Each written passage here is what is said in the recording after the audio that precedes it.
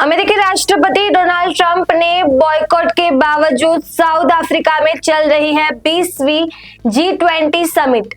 आज इस समिट में बड़ा घटनाक्रम सामने आया है। नमस्कार, रफ्तार हेडलाइन के साथ मैं हूं निराली। तो समिट के पहले ही दिन सदस्य देशों ने दक्षिण अफ्रीका द्वारा तैयार किए गए घोषणा पत्र को सर्वसम्मति से मंजूरी दे दी है। G20 समिट के पहले दिन ही इस बार एक अनोखा कदम उठाया गया। परंपरा तोड़ते हुए घोषणा पत्र को समिट की शुरुआत में ही पारित कर दिया गया। हालांकि इसी बीच अमेरिका का बॉयकॉट चर्चा में रहा, क्योंकि न तो राष्ट्रपति ट्रंप और न ही कोई अमेरिकी प्रतिनिधि ने किसी भी सत्र में शामिल हुआ। साउथ अफ्रीका के राष्ट्रपति सिरिल रामाफोसा ने साफ कहा कि अंतिम बयान पर सभी देशों का सहमत होना बेहद जरूरी था, चाहे अमेरिका शामिल हुआ या नहीं। रॉयटर्स के मुताबिक ट्रंप ने अंतिम सत्र में मेजबानी लेने के लिए एक अमेरिकी अधिकारी भेजने की इच्छा जताई थी, लेकिन दक्षिण अफ्रीका ने इसे सिरे से खारिज कर दिया। आज साउथ अफ्रीका अमेरिका को 2026 की अध्यक्षता खाली कुर्सी को प्रतीकात्मक रूप से सौंपेगा। इसी बीच भारत की भूमिका इस बार भी अहम रही। प्रधानमंत्री मोदी ने साउथ अफ्रीकी राष्ट्रपति के साथ द्विपक्षीय बैठक की और वैश्विक चुनौतियों पर भारत का दृष्टिकोण साझा किया। पहले सत्र में पीएम मोदी ने पुराने डेवलपमेंट मॉडल को बदलने की जरूरत पर जोर दिया। G20 मंच पर पीएम मोदी ने 3 नई पहल पेश की। ग्लोबल ट्रेडिशनल नॉलेज रिपोजिटरी, लोक ज्ञान और पारंपरिक चिकित्सा को एक प्लेटफॉर्म पर लाने की पहल।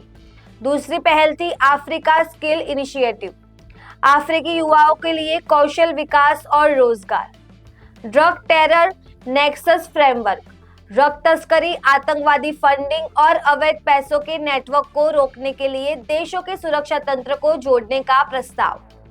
इस G20 समिट के दौरान दिल्ली में 2023 में 18वें G20 घोषणा पत्र की सभी सदस्य देशों ने सराहना की।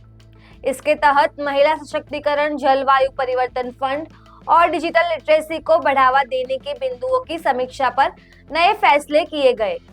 यूएन सुरक्षा परिषद यानी UNSC का विस्तार कर भारत को भी जगह दिए जाने का प्रस्ताव पारित हुआ। वहीं साउथ अफ्रीका में G20 से पहले महिलाओं के खिलाफ हिंसा पर बड़ा आंदोलन खड़ा हुआ। 15 शहरों में महिलाएं काले कपड़ों में सड़क पर उतरी और G20 वुमेन शटडाउन आंदोलन के तहत प्रदर्शन किया।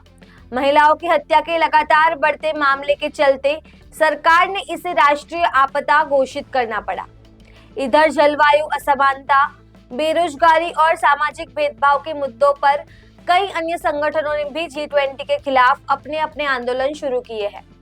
G20 की उत्पत्ति पर नजर डालें तो इसे G7 के विस्तार के रूप में 1999 में बनाया गया था, जब एशिया के देश आर्थिक संकट से जूझ रहे थे। समय के साथ ये फोरम दुनिया के टॉप नेताओं के लिए एक महत्वपूर्ण प्लेटफॉर्म बन चुका है। समिट के दौरान पीएम मोदी ने इटली की प्रधानमंत्री जॉर्जिया मेलोनी और अन्य वैश्विक नेताओं से मुलाकात की। अमेरिका के बॉयकॉट से लेकर वैश्विक पहलों तक साउथ अफ्रीका की इस 20वीं G20 समिट में कई बड़े फैसले हुए हैं।